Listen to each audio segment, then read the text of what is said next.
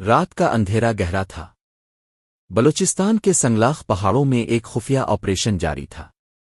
Pakistan army کی ایک چھوٹی مگر بہادر ٹیم دہشت گردوں کے ایک اہم ٹھکانے پر حملہ کرنے والی تھی۔ آپریشن کی قیادت میجر اسد خان کر رہے تھے، ایک نڈر اور محب وطن سپاہی جو ہمیشہ سب سے آگے رہتے تھے۔ انٹیلیجنس رپورٹس کے مطابق دشمن کے پاس بھاری اسلحہ تھا۔ میجر اسد نے اپنے جوانوں کو آخری ہدایات دیں اور اللہ کا نام لے کر آگے بڑھے۔ جیسے ہی ٹیم نے کمپاؤنڈ کے قریب پہنچ کر حملہ کیا، ایک زوردار فائرنگ کا تبادلہ شروع ہو گیا۔ دشمن تعداد میں زیادہ تھا مگر پاکستانی فوجی جذبے میں۔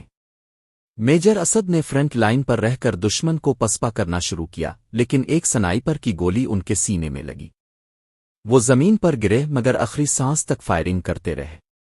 ان کی شہادت نے جوانوں کے حوصلے مزید بلند کر دیے، اور چند گھنٹوں کی لڑائی کے بعد دہشت گردوں کا ٹھکانہ مکمل تباہ کر دیا گیا۔